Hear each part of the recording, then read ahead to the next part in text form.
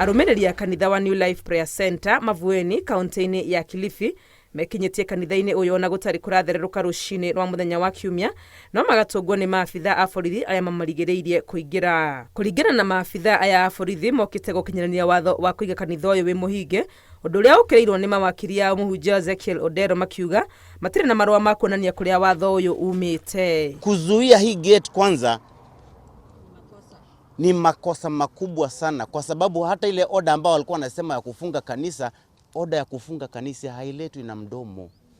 Kanisa huwa ifungwi na mdomo, kwa sababu mdomo ungekuwa kifuli tungekuwa shafunga vitu vingi sana.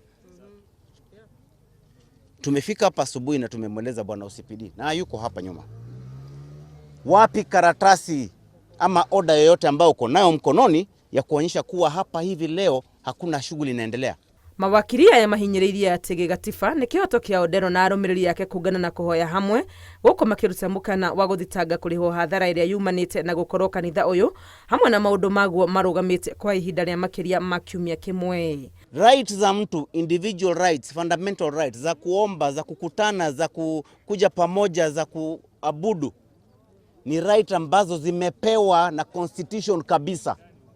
Ukiweza kutaka kuzitoa lazima uende mahakama na mahakama ikupatie barua. Lazima uende kotini. In these buildings, there are more than 15 different entities that they have completely paralyzed. We will hold the government to account.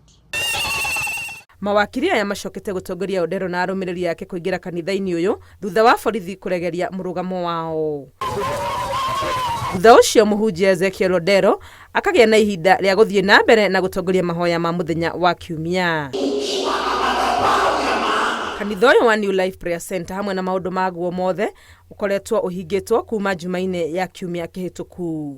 Ngĩribotera Inooro TV rĩtũ ndekwa nĩ Wangui wa Mwangi.